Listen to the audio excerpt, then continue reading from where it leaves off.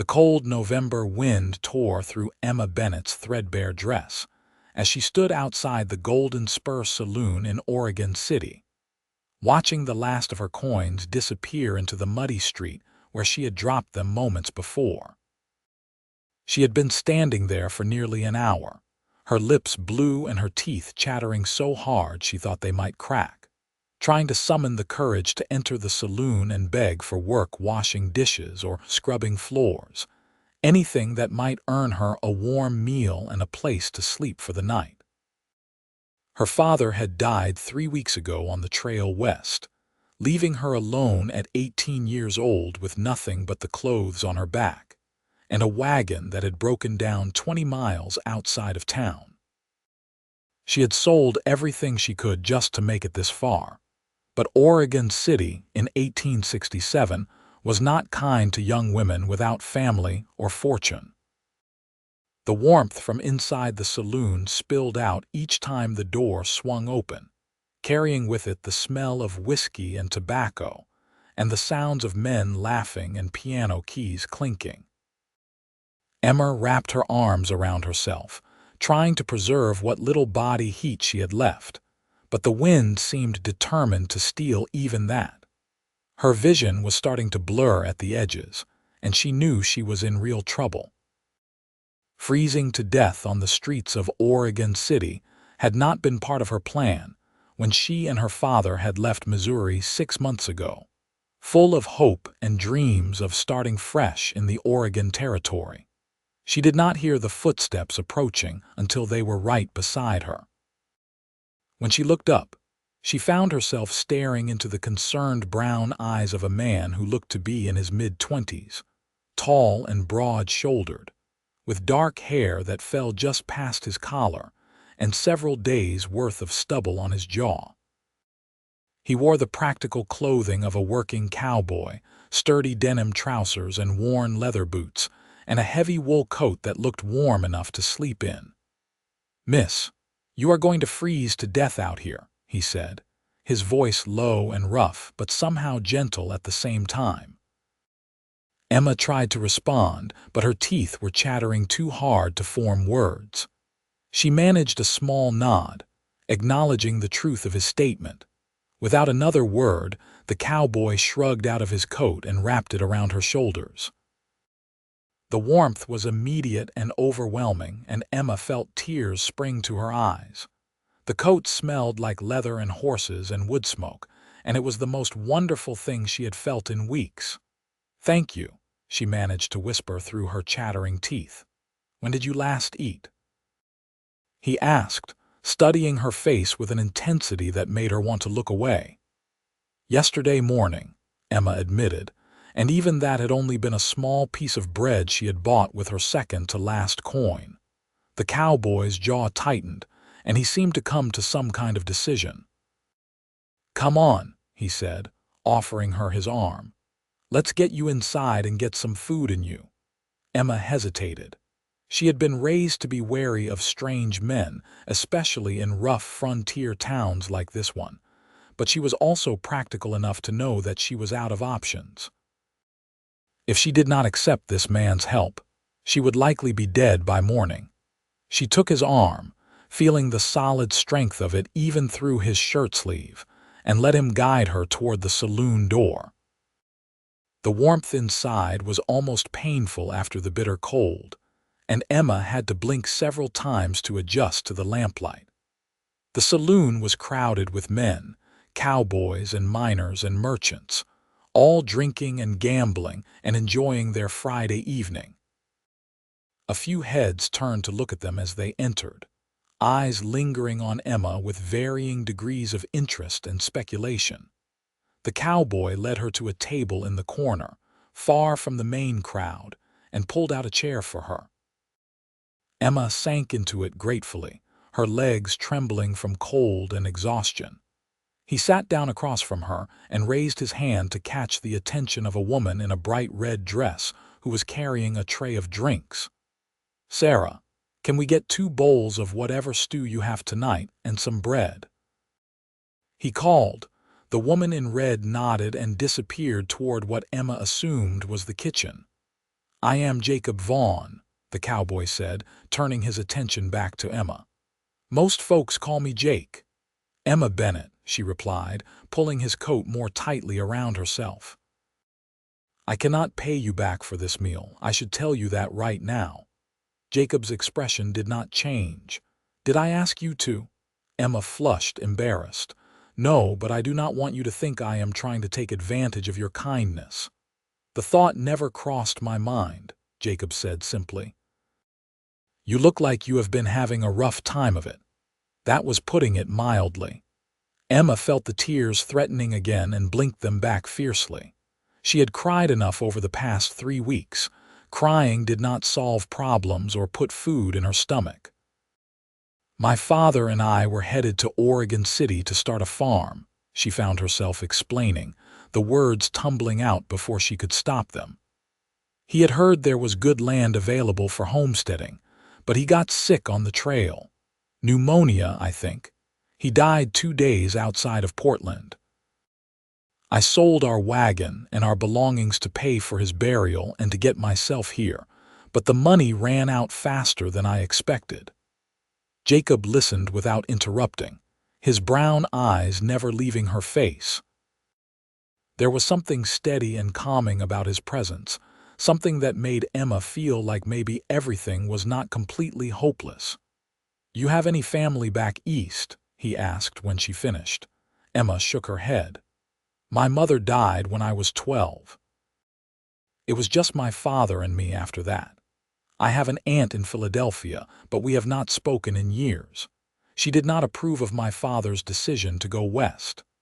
The woman in red, Sarah, returned with 2 steaming bowls of beef stew and a basket of fresh bread.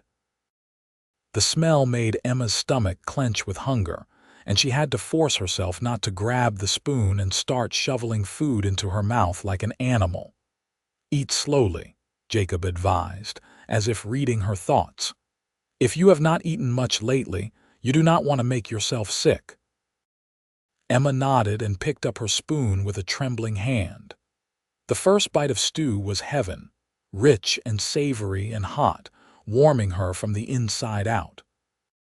She tried to follow Jacob's advice and eat slowly, but it was difficult when every instinct was screaming at her to consume as much food as possible while she had the chance. Jacob ate his own stew at a more measured pace, watching her with that same steady gaze. What were you planning to do? He asked.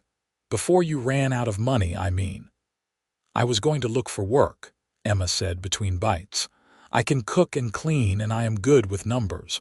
I thought maybe someone might need help in their home or business. But it seems like most people in Oregon City are not interested in hiring a woman on her own. That was another understatement. She had spent the past week knocking on doors and inquiring at every business in town, only to be turned away with varying degrees of politeness. Some people had been kind but firm in their rejections. Others had looked at her with suspicion or outright hostility, as if a young woman alone must be up to no good. What about the saloon? Jacob asked. I know Tom, the owner, is always looking for help. Emma felt her cheeks burn. I considered it, but I heard that the women who work in saloons are expected to do more than just serve drinks. Jacob's expression hardened slightly. Not at the Golden Spur. Tom runs a respectable establishment. The women who work here serve drinks and maybe sing a song or two if they are inclined, but that is all. He does not tolerate any man treating his employees with disrespect. Emma looked around the saloon with new eyes. It did seem cleaner and more orderly than she might have expected. The men were drinking and gambling, but she did not see any fights breaking out or hear any crude language being shouted across the room. You really think he might hire me? She asked, allowing herself to feel a small flicker of hope. I can ask him, Jacob said. Tom is a friend of mine. We have known each other for years. If I vouch for you, he will at least give you a chance. Emma set down her spoon, her stew only half finished, and looked at Jacob with tears in her eyes. Why are you helping me? You do not even know me. Jacob was quiet for a long moment, his gaze dropping to his own bowl. "About 5 years ago, I was in a bad situation myself," he finally said. "I had just lost my family, my parents and younger sister, to cholera. I was 19 years old and angry at the whole world. I got into some trouble, the kind of trouble that could have landed me in jail or worse. But a man named Samuel Hart took a chance on me. He gave me a job on his ranch and taught me how to be a cowboy. He helped me find a purpose again when I thought I had lost everything. He died last year, and I have been working odd jobs around Oregon City ever since, but I never forgot what he did for me. I guess you could say I am paying it forward." Emma felt something shift in her chest, a warmth that had nothing to do with the stew or the coat still wrapped around her shoulders. "I am sorry about your family," she said softly, "and about Samuel." "Life out here is hard," Jacob said simply. "We all suffer losses. But we also have the power to help each other through it. That is what separates us from animals, I think. The choice to show kindness even when the world has been unkind to us." Emma finished her stew in silence, turning Jacob's words over in her mind. When she was done, she felt more human than she had in days, her body finally starting to warm up and her stomach no longer a painful knot of hunger. Jacob stood up and offered her his hand. "Come on, let me introduce you to Tom." Emma took his hand and let him pull her to her feet. His hand was calloused and rough from years of hard work, but his grip was gentle. He led her across the saloon to the bar, where a stocky man with graying hair and an impressive mustache was wiping down the wooden surface with a rag. "Tom, you got a minute?" Jacob asked. The man looked up and broke into a smile. "Jake, I was wondering when you would stop by. What can I do for you?" "This is Emma Bennett," Jacob said, gesturing to Emma. "She is new in town and looking for work. I was hoping you might have a position available." Tom looked Emma up and down, his gaze assessing but not unkind. "What kind of experience do you have?" "I have been cooking and keeping house since I was 12, Emma said, forcing herself to meet his eyes. "I can serve drinks and clean tables. I am a hard worker and a quick learner." Tom stroked his mustache thoughtfully. "I could use someone in the kitchen. My cook, Margaret, has been complaining that she needs help with the dishes and food preparation. It is not glamorous work and the pay is not much, but it comes with a room upstairs and 3 meals a day." Emma felt like she might cry again. "That sounds perfect. When can I start?" "How about right now?" Tom said. "Margaret is probably drowning in dishes as we speak. I will show you to your room first so you can get settled and then you can help her finish up for the night. We will talk about wages in the morning when you have had a chance to rest." "Thank you," Emma said, her voice thick with emotion. "Thank you so much." Tom waved away her thanks. "Thank Jake here. He is the one who brought you to me. Now come on, let me show you where you will be staying."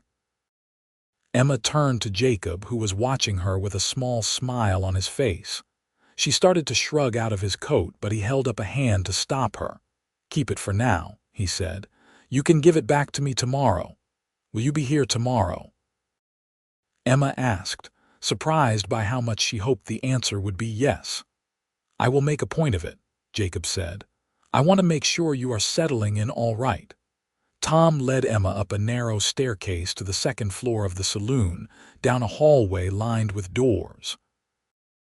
He stopped at the last door on the left and pulled a key from his pocket. "This room has been empty for a few weeks since my last kitchen helper ran off to get married," he said, unlocking the door and pushing it open. "It is small, but it is clean and the bed is comfortable." Emma stepped inside and looked around. The room was indeed small, barely large enough for the narrow bed, small dresser and washstand that furnished it. But there was a window that looked out over the street, and the bed had clean sheets and a thick quilt. After 3 weeks of sleeping in barns and under bushes, it looked like a palace. "It is perfect," Emma said, her voice barely above a whisper. "Good," Tom said. "Get yourself settled and come downstairs when you are ready. The kitchen is through the door behind the bar." After Tom left, Emma sat down on the bed and finally allowed herself to cry. Great heaving sobs of relief and gratitude and exhaustion poured out of her. She had been so scared, so utterly terrified that she was going to die alone and forgotten in this strange town. But now she had a job and a room and the promise of a meal in her stomach every day. And she had Jacob Vaughn to thank for all of it. She thought about the way he had wrapped his coat around her without hesitation, the way he had looked at her like she was a person worthy of kindness and respect, not just another beggar on the street. She thought about the sadness in his eyes when he talked about losing his family, and the quiet strength in his voice when he talked about choosing kindness. Emma wiped her eyes and stood up, straightening her dress as best she could.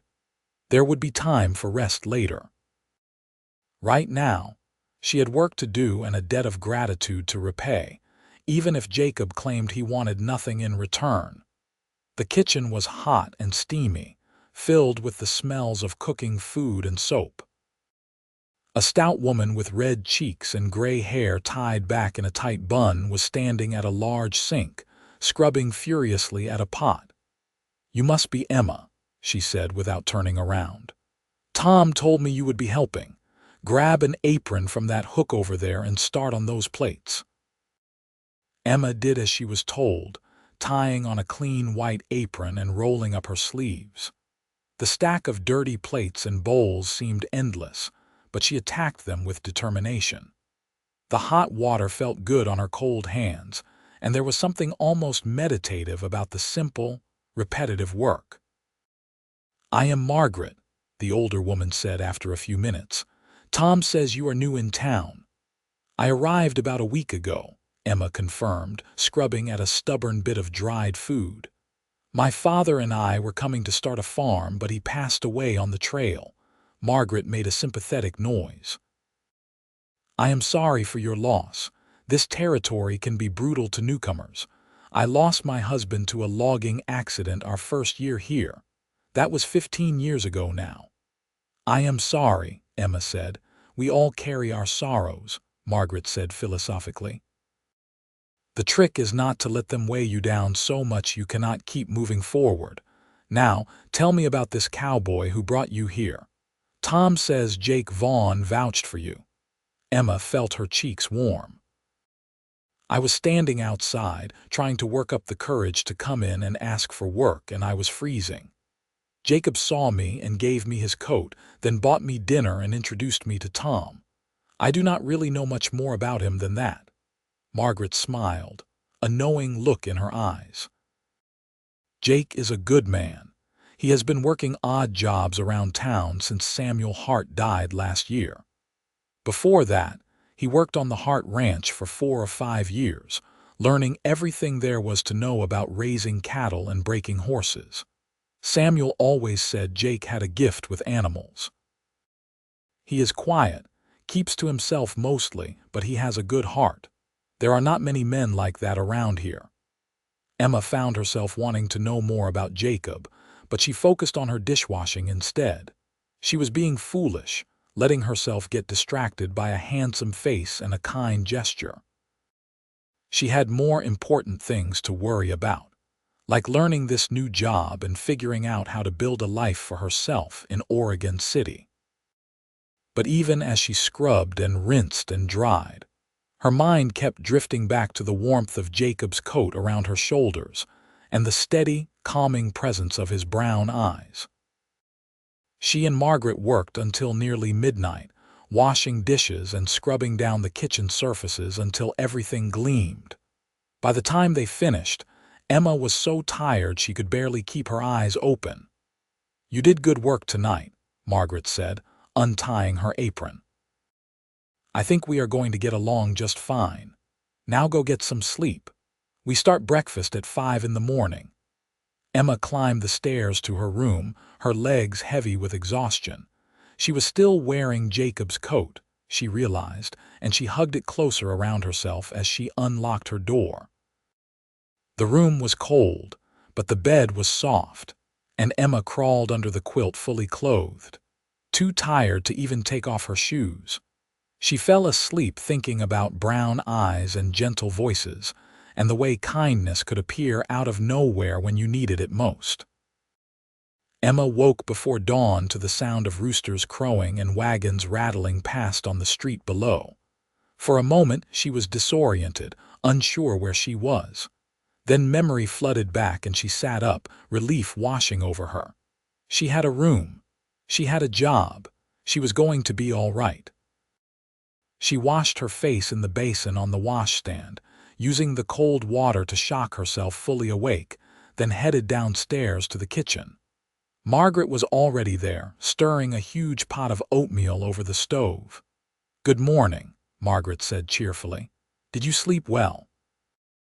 "Better than I have in weeks," Emma admitted. "What can I do to help?" Margaret put her to work slicing bread and frying bacon. As the sun rose, men began filtering into the saloon for breakfast, ranch hands and laborers heading out for a day of work. Emma helped carry plates out to the tables, learning to dodge grabbing hands and deflect crude comments with a calm smile and a quick step.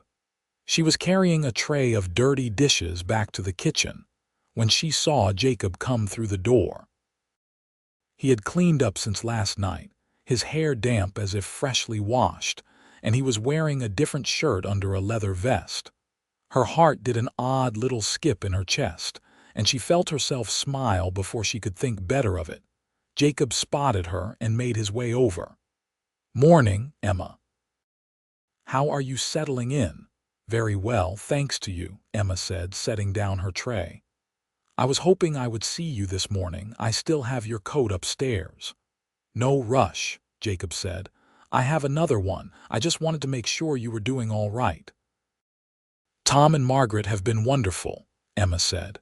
"I cannot thank you enough for bringing me here." Jacob looked like he wanted to say something, but one of the other men called out for more coffee, and Emma had to hurry away. When she came back a few minutes later, Jacob had sat down at the same corner table where they had eaten dinner the night before. Emma brought him a plate of bacon and eggs and a cup of coffee without being asked. "Thank you," he said, looking up at her with those warm brown eyes. "It is the least I can do," Emma replied, "after everything you have done for me." "Emma, I am going to ask you something, and I want you to know you can say no if you want to," Jacob said, his voice low enough that only she could hear. "Would you like to have dinner with me tonight? Somewhere other than the saloon, I mean. There is a restaurant a few streets over that makes a good roast chicken." Emma felt her heart start to race. "Are you asking to court me?" Jacob's ears turned red. "I suppose I am, yes. I know we just met, and if you think it is too soon or if you are not interested, I will understand. But I have not been able to stop thinking about you since last night, and I would like to get to know you better." Emma thought about all the reasons she should say no. She barely knew this man. She had just started a new job and needed to focus on building stability in her life. Getting involved with someone romantically was a complication she did not need right now. But she also thought about the way her heart had lifted when she saw him walk through the door this morning, and the way she felt safe and cared for in his presence. Life was uncertain, especially out here in the Oregon Territory. Who knew what tomorrow would bring? Maybe it was foolish to turn down a chance at happiness just because the timing was not perfect. "I would like that very much," Emma heard herself say. "What time should I meet you?" Jacob's face broke into a genuine smile, the first real smile she had seen from him, and it transformed his whole face. "How about 6 o'clock? I will meet you out front." 6 o'clock, Emma agreed, her own smile matching his. She had to hurry back to the kitchen then, but she found herself humming as she worked, something she had not done in months. Margaret gave her a knowing look but did not comment, and Emma was grateful for the older woman's discretion. The day passed in a blur of work. Emma learned the rhythms of the saloon kitchen, the breakfast rush followed by a slower midday period and then the chaos of dinner service. She learned which customers were kind and which ones to avoid, which men tipped well, and which ones would try to pinch her if she got too close. Margaret was a patient teacher, showing Emma how to make the saloon's signature stew and how to keep the coffee hot and fresh throughout the day. By the time 6 o'clock approached, Emma was exhausted and sweaty, her dress stained with grease and her hair falling out of its pins. She raced upstairs to her room and did her best to make herself presentable, washing her face and arms and changing into her only other dress, a simple blue cotton that had seen better days but was at least clean. She brushed out her dark blonde hair and pinned it up again, wishing she had a proper mirror instead of the small cracked one over the washstand. Jacob was waiting outside when she came down, leaning against the hitching post with his hands in his pockets. He straightened when he saw her, and Emma saw his eyes widen slightly. "You look beautiful," he said, and the simple sincerity in his voice made Emma blush. "You are very kind," she said, "but I know I look a mess. I spent all day in a hot kitchen." "You look like a woman who did an honest day's work," Jacob said, offering her his arm. "That is beautiful to me." They walked through the evening streets of Oregon City, past storefronts closing for the night and houses with lamplight glowing in the windows. The restaurant Jacob had mentioned was small and clean, with red checkered tablecloths and the smell of roasting meat in the air.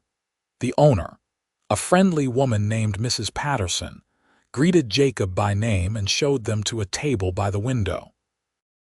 Emma looked at the menu, her eyes widening at the prices. "Jacob, this is too expensive," she whispered. "I cannot let you spend this much money on me." "Emma, I want to do this," Jacob said firmly. "Please let me. When was the last time you had a proper meal at a real restaurant?" Emma thought back and realized she could not remember. Even before her father got sick, they had been conserving their money, eating simple trail food and saving every penny for their new life in Oregon. "A very long time," she admitted. "Then let me give you this," Jacob said. No strings attached, no expectations. Just two people sharing a meal and getting to know each other. Emma nodded, feeling her throat tighten with emotion. When was the last time someone had wanted to do something nice for her just for the sake of it? They ordered the roast chicken Jacob had mentioned, and while they waited for their food, they talked. Emma told him more about her life in Missouri, about growing up on a small farm with her father after her mother died, about the dreams they had shared of starting fresh in Oregon. Jacob told her about his childhood in California, about losing his parents and sister and the dark period that followed, about Samuel Hart taking him in and teaching him about ranching. "What are you going to do now?" Emma asked. "Now that Mr. Hart is gone, I mean. Will you stay in Oregon City?" Jacob was quiet for a moment, turning his coffee cup in his hands. "I have been saving my money," he finally said. "I have been working odd jobs, breaking horses for farmers, helping with cattle drives, taking on ranch work wherever I can find it. I have almost enough to buy a small piece of land of my own. There is a property about 10 miles outside of town, 40 acres with a creek running through it and good grazing land. The owner wants to sell and move back east to be with his daughter. I have been talking to him about buying it." Emma felt her heart sink a little. Of course, Jacob had his own plans and dreams. Why had she thought, even for a moment, that he might stay in Oregon City for her? "That sounds wonderful," she said, trying to keep her voice bright. "You will make a wonderful rancher." "I hope so," Jacob said. "It has been my dream for a long time to have a place of my own. But I have to admit, my plans have gotten a little more complicated in the last 24 hours. Emma looked up and found him watching her with an intensity that made her breath catch. "What do you mean?" she asked. I mean that I met you, Jacob said simply. And now I find myself thinking that 40 acres and a creek and good grazing land do not mean much if I do not have someone to share it with. Emma felt her cheeks flush. Jacob, we have known each other for one day. I know, Jacob said. And I know this is crazy, but I have learned that life out here is short and uncertain. When you find something good, something worth holding on to, you do not let it slip away just because the timing is not perfect. My father used to say that you do not find love when you are ready for it. You find it when you need it most. Emma thought about that, about how desperately she had needed kindness and help when Jacob found her shivering outside the saloon, about how meeting him had changed the entire trajectory of her life in the span of a few hours. I do not know what to say, she admitted. You do not have to say anything right now, Jacob said. I just wanted you to know how I feel. We can take this as slow as you want. I just want the chance to see where this might go. Their food arrived then, and they ate in a comfortable silence. The chicken was delicious, tender and perfectly seasoned, served with roasted potatoes and fresh vegetables. Emma savored every bite, thinking that even if nothing came of this dinner, she would remember it as one of the best meals of her life. After dinner, Jacob walked her back to the saloon. The November night was cold and clear, stars scattered across the black sky like diamonds on velvet. Emma shivered, and without a word, Jacob put his arm around her shoulders, pulling her close to share his warmth. Thank you for dinner, Emma said when they reached the saloon. It was lovely.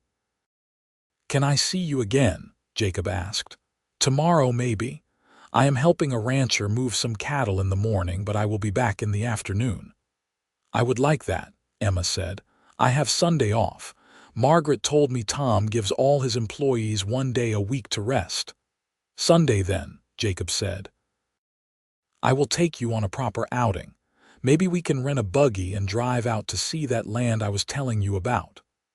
I would like to see it, Emma said honestly. Jacob smiled and reached out to tuck a loose strand of hair behind her ear. The gesture was tender and intimate, and Emma felt warmth spread through her chest.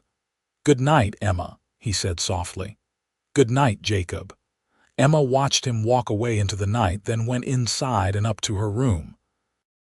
She lay in bed for a long time, unable to sleep, thinking about everything that had happened in the past 2 days.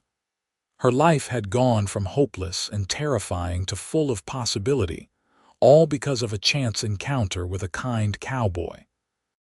She found herself wondering if this was what falling in love felt like, this mixture of excitement and nervousness and hope. She barely knew Jacob Vaughn, but she wanted to know him better. She wanted to understand what had shaped him into the man who would give his coat to a freezing stranger and refuse to leave her side until he knew she was safe. The next few days fell into a comfortable rhythm. Emma worked in the saloon kitchen, learning more from Margaret every day, growing more confident in her abilities. Jacob stopped by every morning for breakfast, and they would talk for a few minutes before Emma had to get back to work. In the evenings, after the dinner rush ended, Jacob would walk her around town, or they would sit on the bench outside the saloon and talk until the stars came out. Emma learned that Jacob loved horses, that he could gentle even the wildest Mustang with patience and a soft voice. She learned that he had taught himself to read as a teenager, borrowing books from Samuel Hart's library and studying by firelight after long days of ranch work. She learned that he had a dry sense of humor that made her laugh, and a thoughtful way of looking at the world that made her think. Jacob learned that Emma had a head for numbers and had kept all the financial records for her father's farm back in Missouri.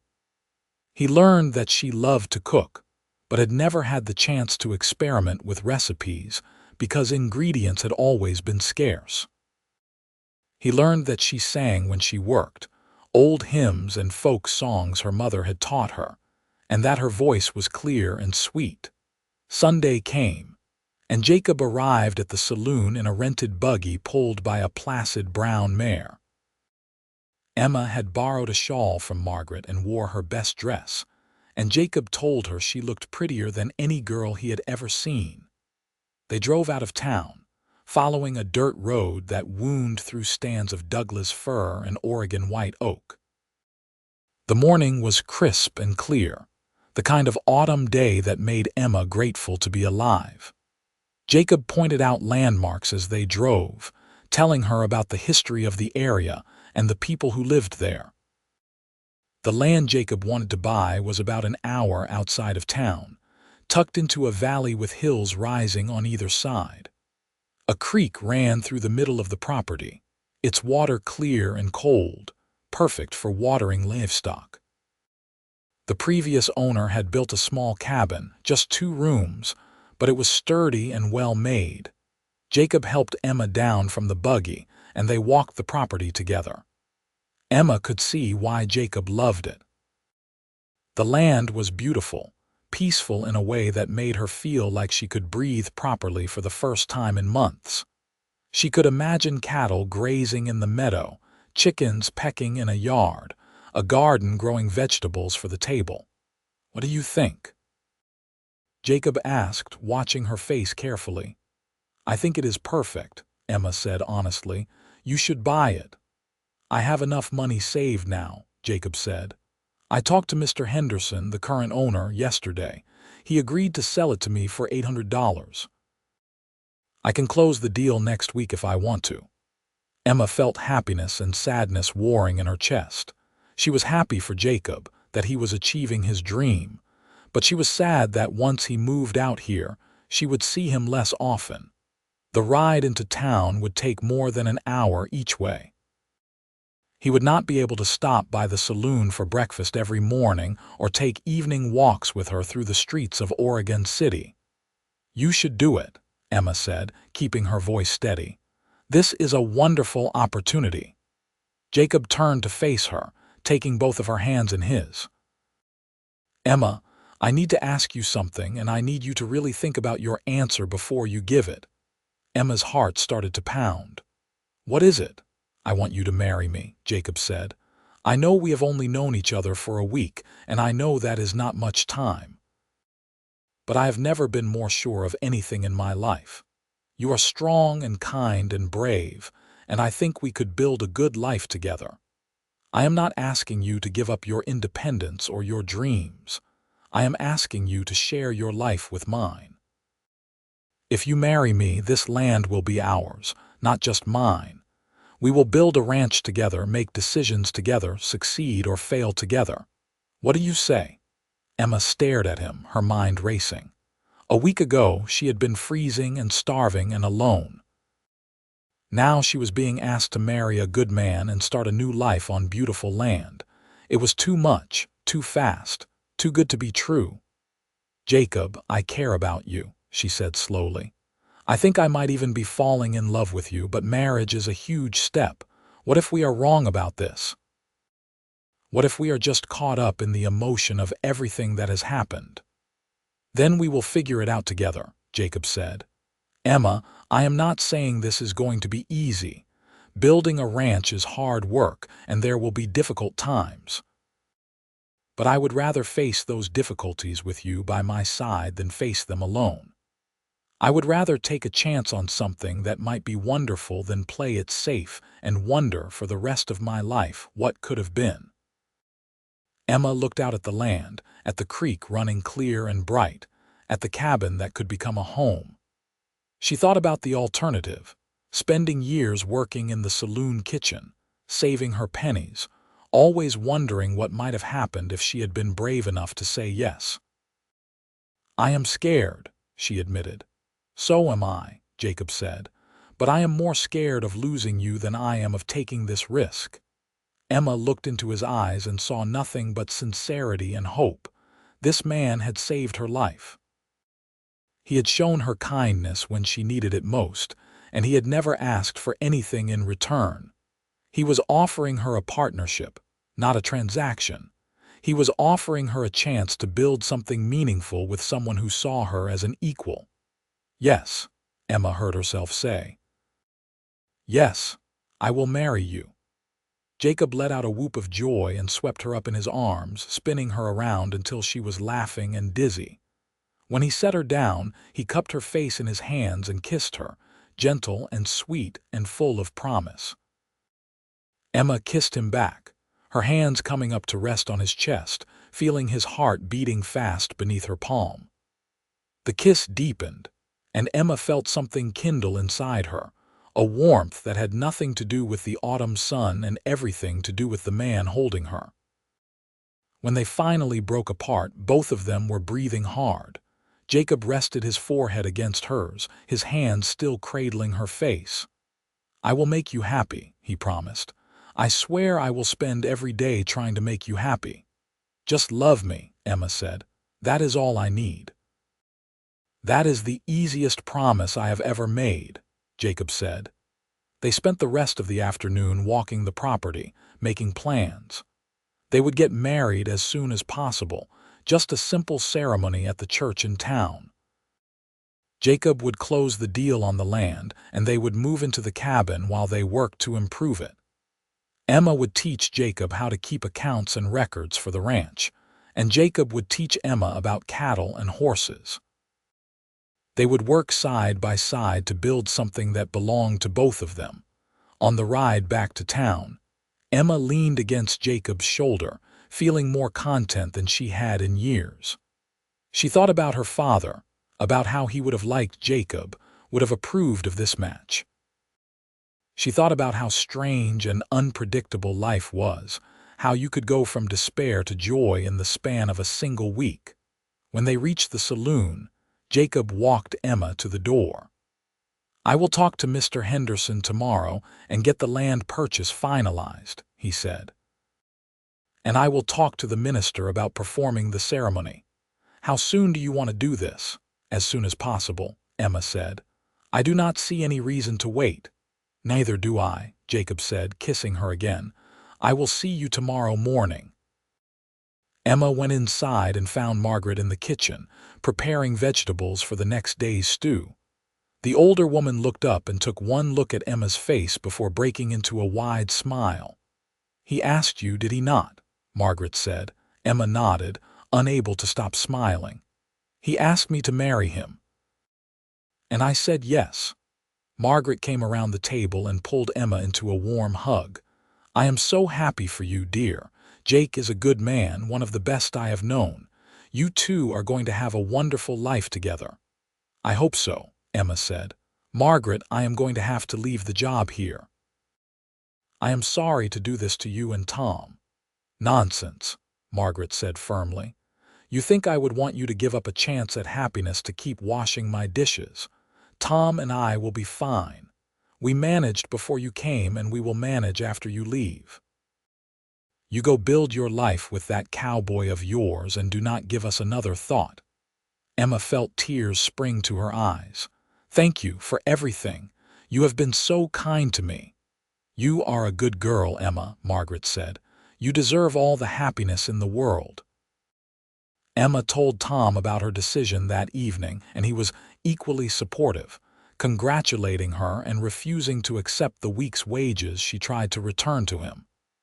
"You earned that money fair and square," he said. "Keep it. You are going to need it to set up your household." The next week passed in a flurry of activity. Jacob finalized the purchase of the land, signing the papers and handing over his carefully saved money to Mr. Henderson. He found a judge who agreed to marry them on the following Saturday, giving them time to make the necessary arrangements. Emma used her saved wages to buy fabric and sewed herself a simple white dress for the wedding. It was not fancy, but it was new and clean and made her feel beautiful. Margaret helped her with the finishing touches, adding lace to the collar and cuffs. Jacob bought a new suit, the first proper suit he had owned since he was a boy. He looked handsome and a little uncomfortable in it when Emma saw him trying it on at the general store, tugging at the collar and shifting his weight from foot to foot. "You clean up nicely," Emma teased, and Jacob had flushed and muttered something about preferring his regular clothes. They were married on a clear Saturday morning in late November, with Margaret and Tom standing as witnesses. The ceremony was simple and brief, but Emma felt the weight of the vows she was making, the promise to love and honor this man for the rest of her life. When the judge pronounced them husband and wife and told Jacob he could kiss his bride, Emma felt like her heart might burst with happiness. They had a small celebration lunch at Mrs. Patterson's restaurant, with Margaret, Tom, and a few of Jacob's friends from around town. Then they loaded Emma's few possessions into the wagon Jacob had bought with the last of his savings and set out for their new home. The cabin looked different when they arrived, knowing it was truly theirs now. Jacob carried Emma over the threshold, both of them laughing, and set her down gently in the middle of the main room. "Welcome home, Mrs. Vaughn," he said, and Emma felt a thrill run through her at hearing her new name. They spent their first evening as husband and wife unpacking Emma's belongings and making the cabin feel more like a home. Jacob had already brought most of his things out earlier in the week, along with supplies they would need to get through the winter. The cabin had a good stove and plenty of firewood, a sturdy bed in the smaller room, and a table and chairs in the main room.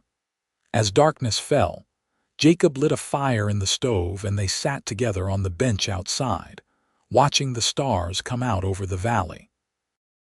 Emma leaned against her husband, feeling the solid warmth of him, and thought about how much her life had changed in the span of 3 weeks. "Are you happy?" Jacob asked softly.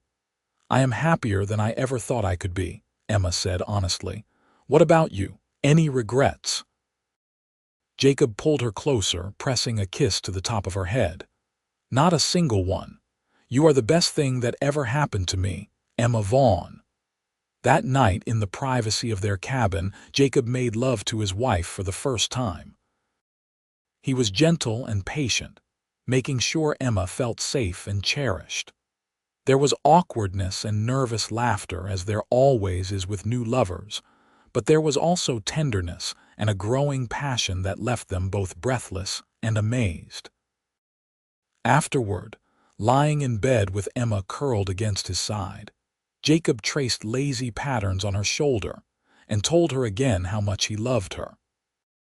Emma fell asleep feeling safer and more loved than she had since her mother died, grateful beyond words that she had been freezing outside a saloon on the night Jacob Vaughn decided to walk by. The winter months were hard but fulfilling.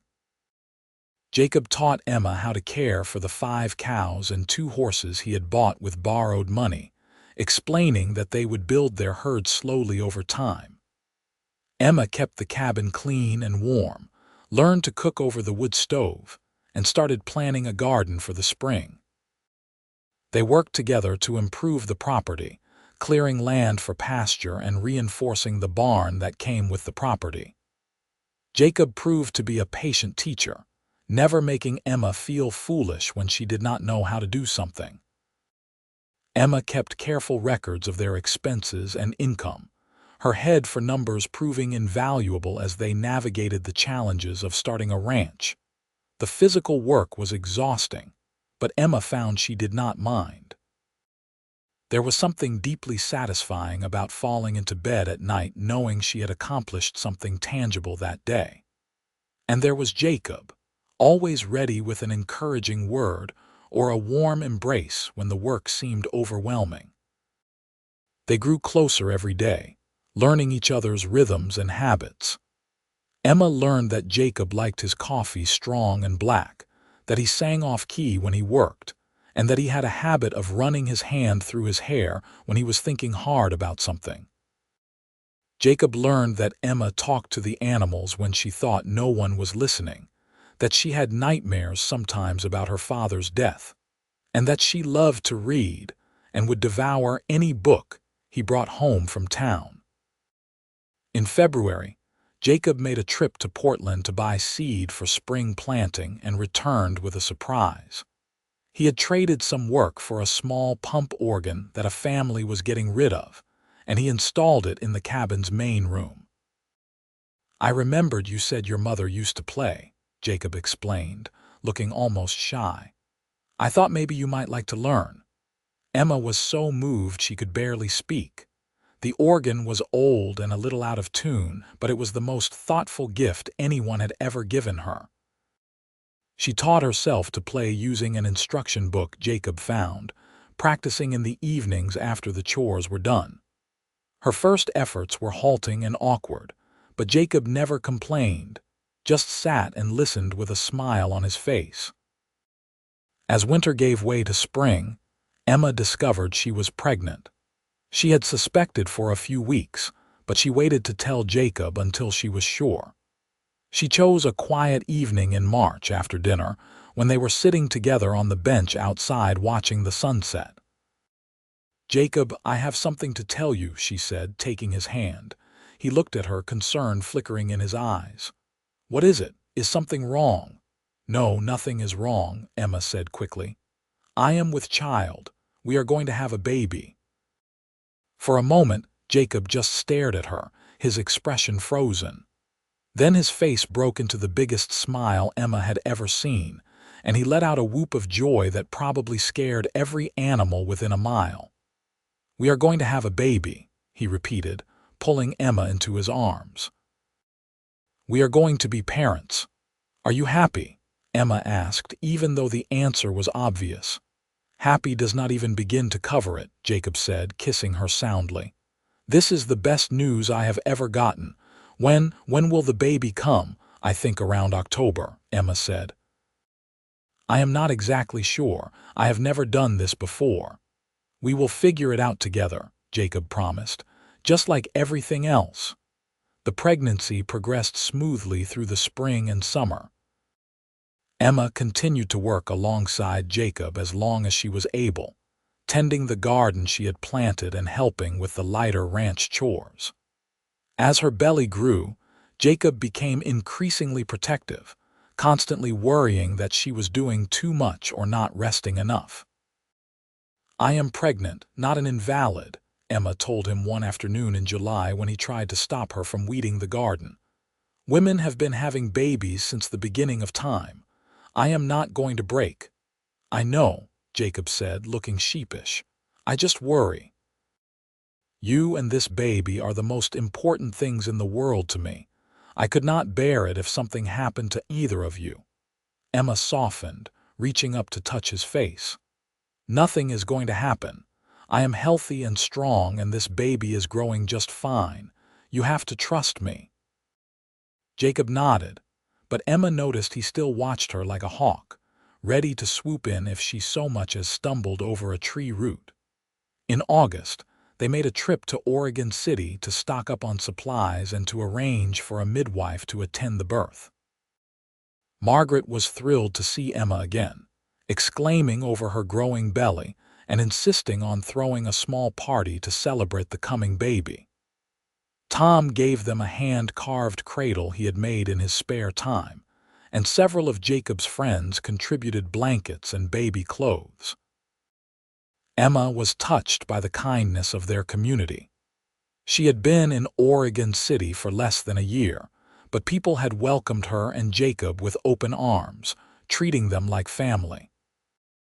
The ride back to the ranch was slow and careful, with Jacob driving the wagon over every bump and pothole as gently as possible. Emma teased him about being overprotective, but secretly she loved how much he cared. September came, bringing cooler weather and the first hints of autumn color in the trees. Emma's belly was huge now, and she moved slowly, her back aching and her feet swollen.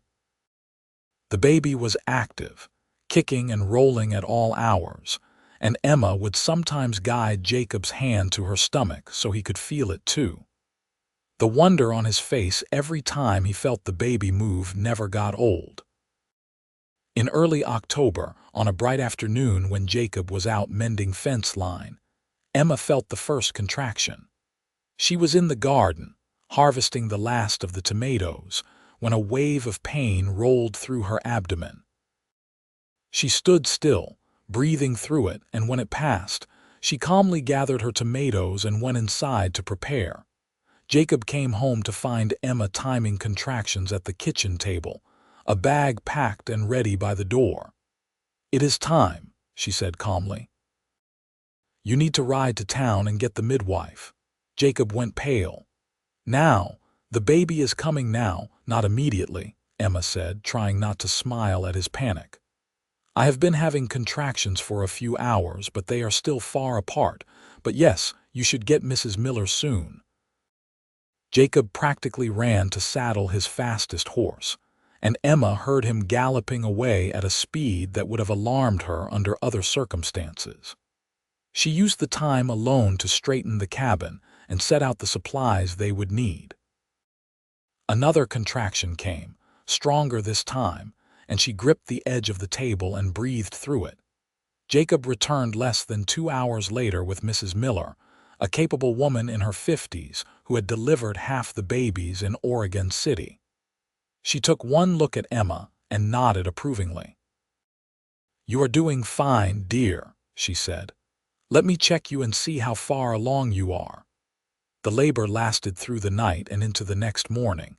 It was long and painful, and there were moments when Emma thought she could not endure another contraction.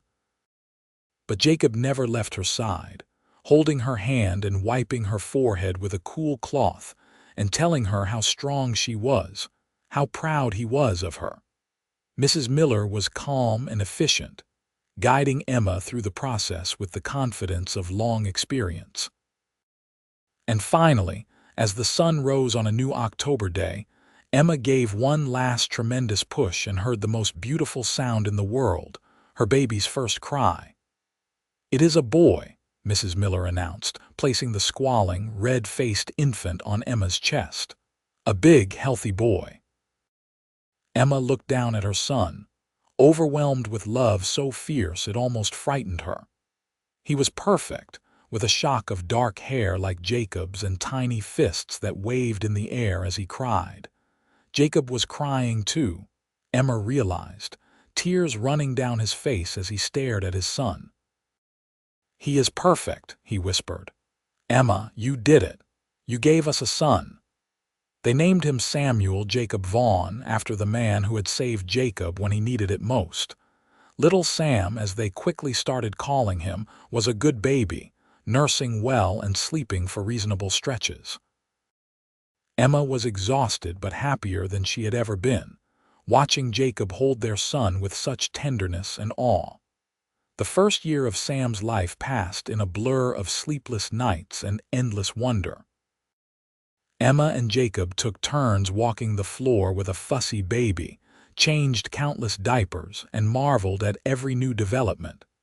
Sam's first smile, his first tooth, his first attempts to crawl, all of it was miraculous. The ranch prospered too.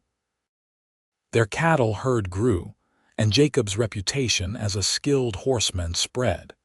He started taking on clients who wanted their horses trained, bringing in extra income that allowed them to make improvements to the property. They added onto the cabin, building 2 more rooms and a proper porch. By the time Sam was 2 years old, Emma was pregnant again. This time, the pregnancy felt easier, maybe because she knew what to expect. She gave birth in the spring to a daughter they named Rose Elizabeth, a tiny thing with blonde hair and blue eyes like Emma's.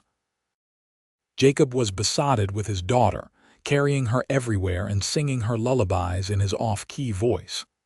Sam, now a busy toddler, was less impressed with his sister at first, but he warmed up to her over time, especially when she started smiling at him. The years passed, full and rich.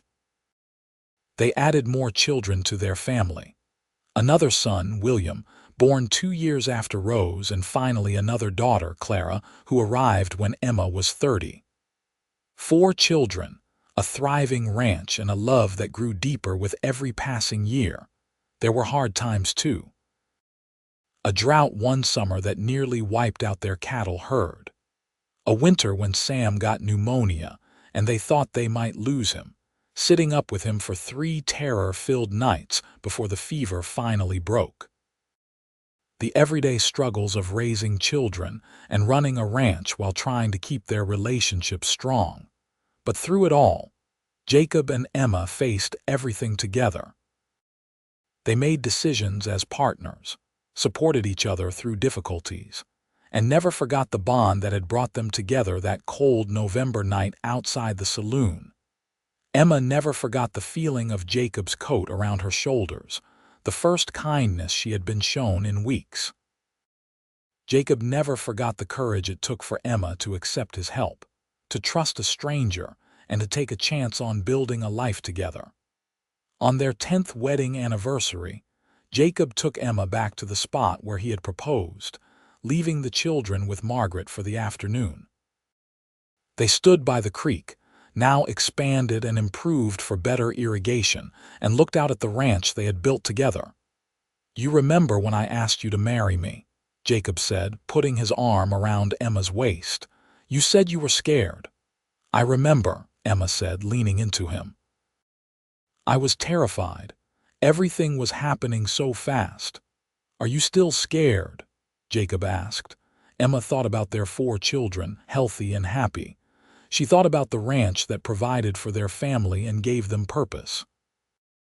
She thought about the man standing beside her, the same kind cowboy who had wrapped his coat around a freezing stranger and changed both their lives forever. "No," she said softly. "I am not scared anymore. I am exactly where I am supposed to be." Jacob kissed her, and Emma felt the same flutter in her chest that she had felt all those years ago. Some things never changed, and the love between them was one of those things. They returned to the ranch as the sun was setting, riding together in the wagon with Emma's head on Jacob's shoulder. The children came running out to meet them. Sam, at 13, already tall and lanky like his father. Rose at 11 with her mother's gift for numbers and her father's love of horses. William at 9, full of mischief and energy. And Clara at 6, still their baby no matter how much she protested. That night, after the children were in bed, Emma and Jacob sat on the porch they had built together and watched the stars come out. These quiet moments had become precious over the years, rare times when they could just be Jacob and Emma, not parents or ranchers or anything else. "I have been thinking," Jacob said, breaking the comfortable silence. "Sam is getting old enough to take on more responsibility around here. Maybe we should start teaching him the business side of things, the record-keeping and finances you handle." Emma smiled. "He would like that. He has been asking more questions about how we make decisions, and Rose wants to learn about training horses. She follows you around whenever you work with the new colts." "She has a good touch with them," Jacob agreed. "She is patient like you." William, on the other hand, seems more interested in figuring out how to avoid his chores. Emma laughed. "He is 9. That is what 9-year-old boys do. He will grow out of it, I suppose," Jacob said. "Clara wants a puppy." "Clara wants everything," Emma said fondly. "Last week it was a puppy. The week before it was a kitten. Next week it will probably be a pony." "Maybe we should get her the pony," Jacob said thoughtfully. "It is never too early to start learning to ride." "You are going to spoil that girl rotten," Emma said, but there was no real criticism in her voice. Jacob was a wonderful father, patient and loving with all their children. "I cannot help it," Jacob said with a grin. "She has you wrapped around her finger too, and you know it." Emma could not argue with that. Clara, their surprise baby born when Emma thought she was done having children, had stolen all their hearts from the moment she arrived. They sat in silence for a while longer, and Emma found herself thinking back over the years. 14 years since that November night when she had been freezing and desperate outside the Golden Spur Saloon. 14 years since Jacob had wrapped his coat around her and refused to leave her side until he knew she would be all right. Everything good in her life had flowed from that single moment of kindness. Her husband, her children, her home, all of it traced back to one man's decision to help a stranger in need. "What are you thinking about?" Jacob asked, noticing her contemplative expression. "That night we met," Emma said. "How different my life would be if you had walked past me that night, if you had decided I was not your problem." Jacob pulled her closer. "I could never have walked past you. From the first moment I saw you, something in me just knew you were important." "I know that sounds foolish, but it is true." "It does not sound foolish," Emma said. "I felt it too, this pull toward you like I was supposed to know you." "Fate," Jacob said simply, "or luck," Emma countered. "Either way I am grateful." "So am I," Jacob said. "Every single day." The years continued to pass, each one bringing new challenges and new joys. Sam grew into a responsible young man, taking on more of the ranch work and showing a real aptitude for the business. When he turned 18, Jacob made him a full partner in the ranch, recognizing his contributions and his commitment to the family enterprise. Rose became an accomplished horsewoman, with a gift for training that rivaled Jacob's. She started a side business breeding and training horses, and soon had clients coming from as far away as Portland to buy her animals. William found his calling in carpentry, apprenticing with a builder in Oregon City, and eventually starting his own construction business. He still helped out on the ranch when needed, but his true passion was working with wood and building things. Clara, their baby, grew up to be as independent and spirited as her mother. She had Emma's head for numbers and Jacob's way with animals, and she announced at 14 that she intended to be a veterinarian, one of the first women in Oregon to pursue such a career. Emma and Jacob watched their children grow and find their own paths with pride and a little sadness. The cabin that had once felt too small when the children were young now seemed too big, with Sam building his own house on the property and Rose spending most of her time at the stables. But even as their children became more independent, Emma and Jacob's bond only grew stronger. They had weathered every storm together, celebrated every triumph together, and built a life that was richer and fuller than either of them had dared to dream. On their 25th wedding anniversary, their children threw them a party, inviting friends and neighbors from all over the county. Margaret, now in her 70s but still sharp as a tack, made the trip out from Oregon City to celebrate. Tom had passed away a few years earlier, but his memory was honored with a toast to old friends and new beginnings. The party was held at the ranch, with tables set up in the meadow where Emma had once imagined cattle grazing. There was music and dancing and more food than any gathering could possibly consume. Emma, now 43, danced with Jacob under the stars, feeling like that 18-year-old girl who had said yes to a marriage proposal after knowing a man for only a week. 25 years, Jacob said as they swayed to the music. Who would have thought that scared girl and that lonely cowboy would build all this? We were never scared or lonely, Emma corrected gently. Not after we found each other. You are right, Jacob agreed. From the moment I wrapped my coat around you, I knew I had found my purpose. Taking care of you, building a life with you, that is what I was meant to do. And I was meant to let you, Emma said.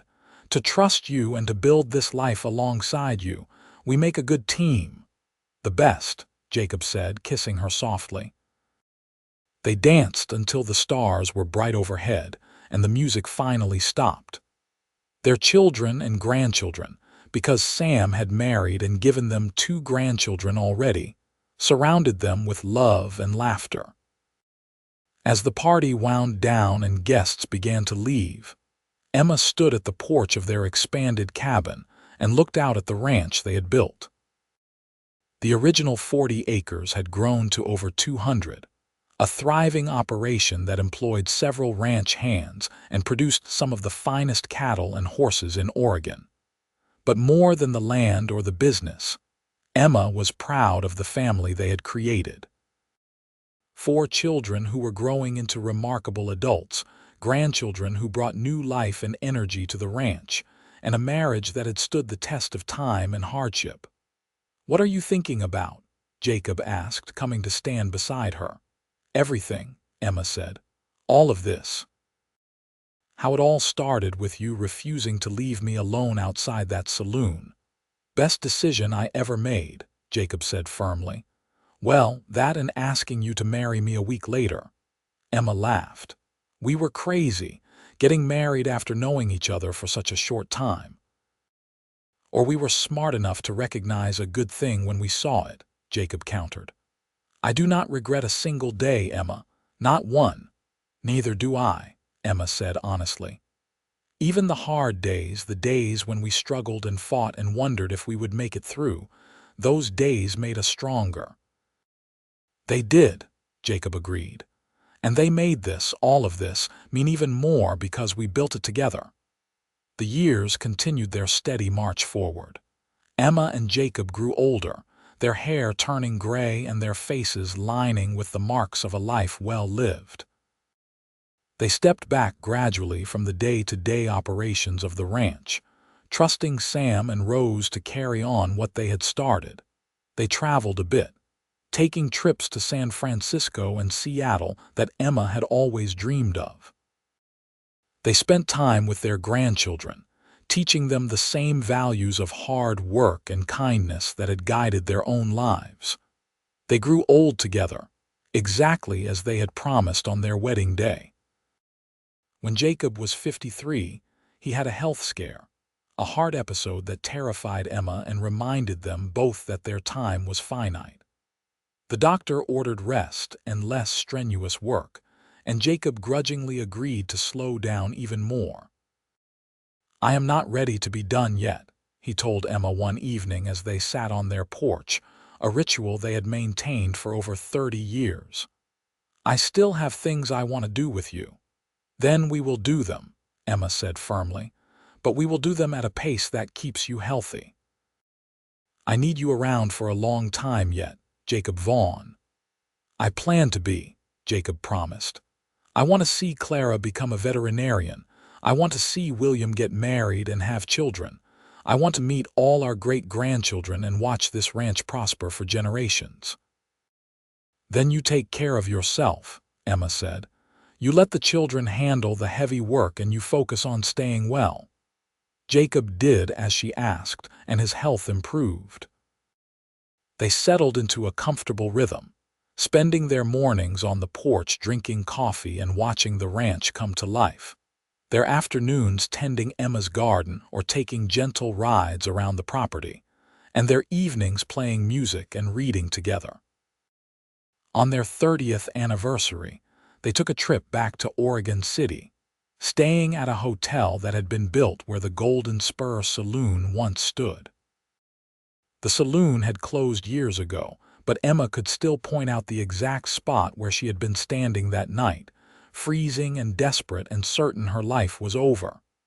"Hard to believe so much time has passed," Jacob said, standing on the spot with Emma. "Feels like yesterday in some ways." "In other ways it feels like a lifetime ago," Emma said. "We were so young. I was just 18. "And I was 24, Jacob said, "young and foolish enough to ask a girl to marry me after a week." "And I was young and foolish enough to say yes," Emma added with a smile. "But it was the best foolish decision either of us ever made." They spent a few days in Oregon City, visiting Margaret, who was now in her 80s but still living independently and still as sharp-tongued as ever. She looked at Emma and Jacob with satisfaction. "I knew it the first night Jake brought you to the saloon," she told Emma. "I knew you two were meant for each other. You had that look about you, like you had been waiting your whole lives to find one another." "Maybe we had been," Emma said thoughtfully. "Maybe everything that happened before we met was just preparing us for each other. Maybe so, Margaret agreed. All I know is I have never seen two people more suited to each other. You built something good, something that will last long after you are both gone. Emma and Jacob returned to the ranch renewed, grateful for their past, and excited for whatever future they had left together. They watched Clara graduate from veterinary school, the first female veterinarian in Oregon and one of the first in the entire country. They attended William's wedding to a sweet girl from Portland and welcomed more grandchildren into their growing family. Sam took over full operation of the ranch when Jacob turned 60, running it with the same values his parents had instilled in him. Rose expanded her horse training business, gaining national recognition for her methods. William's construction company thrived, building homes and businesses all over Oregon. Clara established a veterinary practice in Oregon City, becoming one of the most respected animal doctors in the state. Emma and Jacob became the beloved patriarch and matriarch of a large and prosperous family. Their home was always full of children and grandchildren, noise and laughter and love. They had built something that would last, a legacy of kindness and hard work and devotion. On the 40th anniversary of the night they met, Jacob took Emma to the meadow where he had proposed all those years ago. The creek still ran clear and cold, though it had been widened and improved over the decades. The original cabin still stood, though it had been expanded and modified so many times it barely resembled the simple two-room structure they had started with. 40 years, Jacob said, taking Emma's hand. Since the night I saw you shivering outside that saloon. 40 years since you wrapped your coat around me and refused to leave, Emma added. 40 years since you saved my life. You saved mine too, Jacob said seriously. I was existing before I met you, but I was not really living. You gave me purpose and family and love. You gave me everything that matters. Emma felt tears prick her eyes. We gave each other everything. We built this life together, every bit of it. They stood in the meadow as the sun set, holding hands and remembering the fear and desperation of that first night. Remembering the tentative hope of their first conversations. Remembering the leap of faith they had both taken when they decided to marry after knowing each other for only a week. Remembering all the years that followed, the struggles and triumphs, the children born and raised, the ranch built from nothing into something substantial and lasting. I would do it all again, Emma said softly. Every single moment, even the hard ones. I would do it all again if it meant ending up here with you. So would I, Jacob said, pulling her close. You are the best thing that ever happened to me, Emma Vaughn, the very best thing. They walked back to the house as darkness fell, their steps slower than they once were but still steady.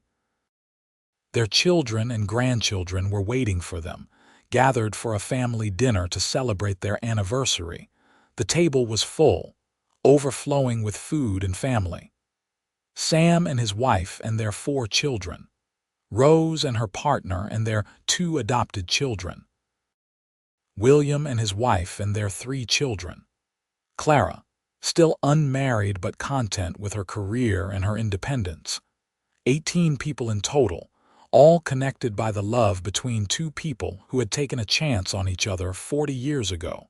Jacob stood and raised his glass. To my wife, he said, his voice strong despite his age.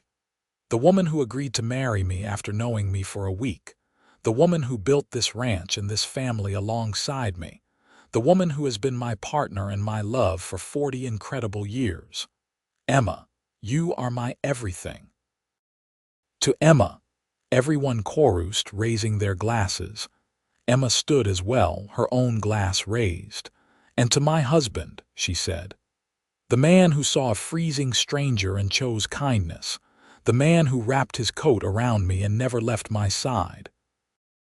The man who has loved me and supported me and built this beautiful life with me. Jacob, you are my heart. To Jacob, everyone repeated. They drank and ate and celebrated long into the night. Emma looked around the table at her family, at the children and grandchildren who existed, because she and Jacob had been brave enough to take a chance on love. She thought about how different her life could have been if Jacob had walked past her that night, if he had decided she was not his problem. But he had not walked past.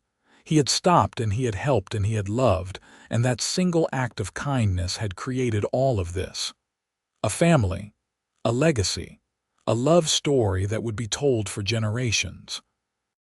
As the evening wound down and family members began to leave, Emma and Jacob stood on the porch they had built together and watched their children drive away. Soon it was just the two of them, as it had been so many evenings over the past 40 years. "We did good," Jacob said, putting his arm around Emma. "We did," Emma agreed, leaning into him. "We did very good." They stood there under the stars, the same stars that had witnessed their first kiss, their wedding, the birth of their children, and every important moment of their life together. Emma felt a profound sense of peace and gratitude. Her life had not turned out anything like she had planned when she and her father set out for Oregon all those years ago. It had turned out better than she ever could have imagined. As they finally turned to go inside, Emma looked back one last time at the ranch spread out before them. The barns and pastures, the gardens and orchards, the houses where their children and grandchildren lived. All of it built on a foundation of love and trust and a cowboy's refusal to walk away from someone in need. "I love you," she said to Jacob. "I love you too," he replied. "Always have, always will." They went inside together, closing the door on another perfect day, ready to face whatever tomorrow would bring as long as they faced it together. Because that was what they had always done and what they always would do, for all the days they had left. And when they were very old, when Jacob was 78 and Emma was 72, they passed away within hours of each other, neither able to bear the thought of going on without the other. They were buried side by side on the ranch they had built, under the oak tree where Jacob had first proposed. Their children and grandchildren and great-grandchildren gathered to mourn and to celebrate two lives well lived. Sam told the story of how his parents met, about the freezing night and the coat and the cowboy who had refused to leave. Rose talked about the ranch they had built from 40 acres and a dream. William spoke about the values they had instilled in all of them. Clara read a letter her mother had written years before, about choosing kindness and taking chances, and never being afraid to trust in love. The ranch continued to thrive, passed down through generations, a testament to what two people could build when they chose love over fear. And the story of Jacob and Emma, of the cowboy who wrapped his coat around a shivering stranger and never left her side, became a family legend, told and retold to each new generation as an example of what real love looks like. It was a story of kindness and courage, of taking chances and keeping promises, of building something lasting in a hard and uncertain world. It was a love story for the ages, rooted in the Wild West but timeless in its message. And it all started with a simple act of compassion on a cold November night, when a good man saw someone in need and chose to help. Everything else, all the beauty and love and family that followed, grew from that one moment of grace. That was the legacy of Jacob and Emma Vaughn, and it lived on long after they were gone, in the land they had tended and the children they had raised, and the love they had shared so generously with everyone around them.